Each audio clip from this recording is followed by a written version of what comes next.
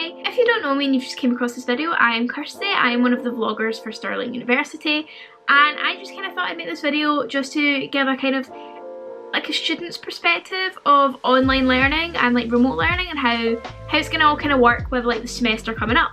So basically the first thing I'm going to say is like what actually is online studying and what does it look like. A lot of people didn't really, myself included, when we were told we were moving to online learning back in March time, we were all a bit sceptical.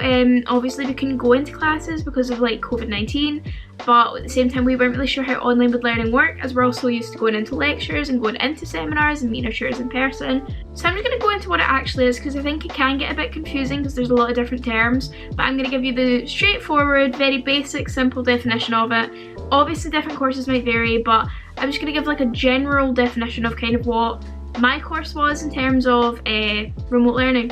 So for me, I'm an LLB law student, so our kind of, a lot of my modules were kind of online partially. We maybe had a couple podcasts here and there for some of our modules online anyway, but moving completely to online was quite strange and a little bit interesting. But basically it just consisted of like my lectures were they were either pre-recorded and then just uploaded.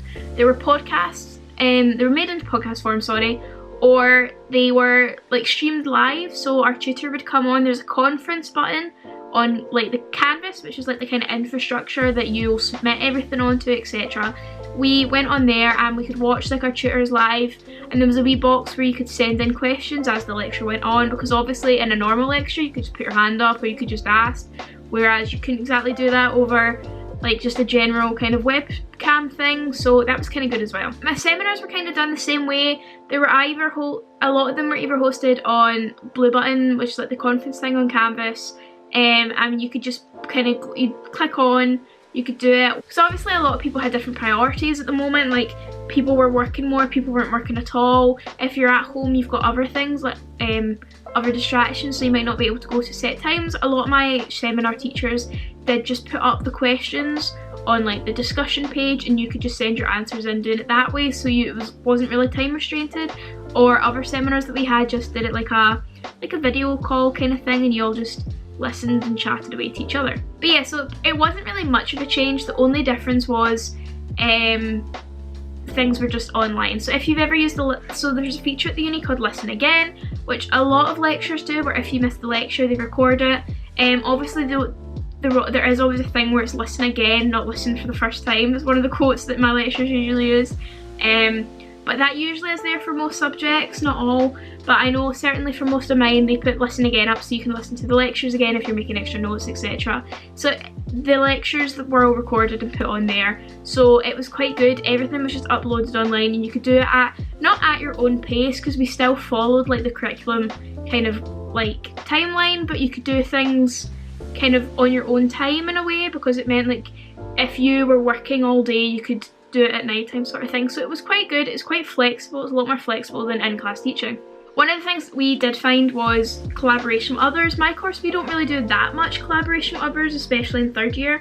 There is at the start of third year, not really towards the end, but when we did collaborate with others, I know quite a lot of us used to go on Zoom calls. Obviously that's not like a uni thing, it's not uni monitored or anything, but some of us would all share our own Zooms. There's also things like Google Hangout, Microsoft Teams, there's a whole Skype for example, there's a whole range of things, especially at the moment, that you can use to connect with others. We usually have like group chats anyway on Facebook, so we kind of use that as well to keep in touch with other people about different things.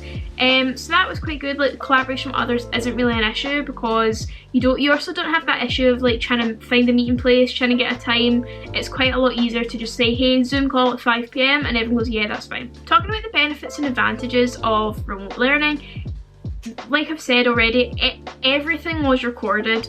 Pretty much almost everything anyway was recorded, which was so helpful, especially if you're like sitting trying to do something. And for example, I've moved back into my home back down in Ayr, so I have like my family members, my dad and my dad's working from home, my mum's a key worker, and my sister's back from her uni as well. So our house was a bit chaotic when I was doing my exams, or leading up to my exams and studying. So the good thing was like you could, since all the things were pre-recorded, you could just pause, you could take a break, and then you could go back to it. Whereas if the lecture was in real life, you can't just get out the lecture theatre, pause your lecture and go back in, so it's quite good. It lets you pause more to take more information in my opinion. Some people would prefer to be face-to-face, but I didn't really feel that. A lot of my lectures used to be webcam, so it was almost as if they were giving the lecture anyway, so that was alright.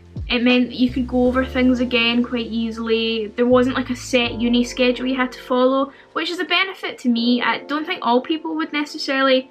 A lot of people like the kind of uni timetable structure in a sense. I quite like doing things when I get the motivation to do things, which maybe isn't the best, but yeah. And the other thing that is quite a good benefit, because obviously remote learning will continue into the uni's blended learning policy. Classes that will have quite a large cohort of people, such as like big lecture theatre classes, they are mostly going to be online. And the good thing about that is because sometimes you might only have one lecture in a day, and then you need to go into campus for like a 9 AM, and it's just that 1 hour of lecture and that's your whole day, and then you have to pay for parking, you have to pay for your transport, etc. Compared to if you're in a lecture now and they're doing it online, you're going to save some money on commuting, you're going to save a bit of money, and if you were going to get a coffee on your way to the uni, etc. So I did find that I actually saved a bit of money by not having to go into uni as much. But like, especially for the blended approach, I do expect that I won't be going into uni as much as I usually would have, which is quite good. It did take me quite a bit of time to adjust to like I said, like the distractions in my house. When my mum was working, when my dad was working, when my family would come downstairs for lunch, when we had people ringing the doorbell, my dad on the lawnmower outside. Like, there is distractions you wouldn't face like typically in like a uni setting, especially when I was doing my exams, because I had 3 exams to do, and I remember like during one of them my dad was outside like cutting the grass, and I was like, I'm going insane. On the topic of like how I had like exams and stuff, I feel like I'm just gonna give you a few tips in my opinion of stuff that I'd really recommend for like remote learning / blended learning / online learning / etc etc. I realised pretty early on, it must have been like literally the 2nd or 3rd week that we were doing the online learning, that you can, well maybe you can, but I cannot focus or to get any work done if I'm still in my bed. So I pretty much was like, hey, I'll just sit in my bed and I'll do my lectures from my bed. Like, I'll put on the lecture, I'll sit and type it. I could not focus, I would get so distracted. So what I'd really recommend is designating somewhere, especially for online classes, in your house or just anywhere, like your garden, a shed, whatever. It can be in your room, just not in your bed probably. Literally anywhere but your bed, to sit and have a specific area where you'll do work. If you're able to listen live to your online lectures, I'd really recommend you do that.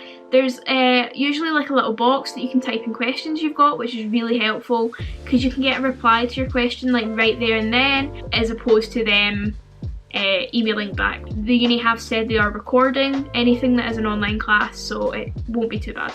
I kind of want to give you like a little message of reassurance about blended learning. I know a lot of people have been a bit concerned about what it's actually going to involve, especially as no one really has done it before. Obviously there is a factor of it being open book, but we were marked harsher based on that. But I personally feel like I've achieved my best grades yet.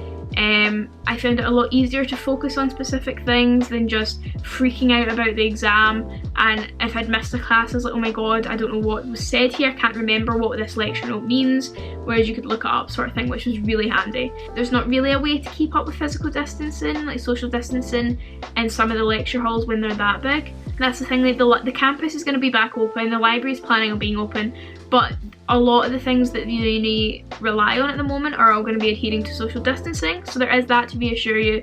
The uni have guaranteed that things will be sticking to the social distancing guidelines or they won't be happening. Large lectures are mostly online, like I said. One-to-one meetings can still be arranged, like with tutors, with lecturers, by going through certain staff and stuff. I don't know the entire details on that, whether it will be in person or whether it will be on like a Skype call, etc. But the uni are making provisions for everything. They're not going to cancel things without looking at the alternatives. So yeah, hope you all have a nice day and can't wait to get back on campus and see you all.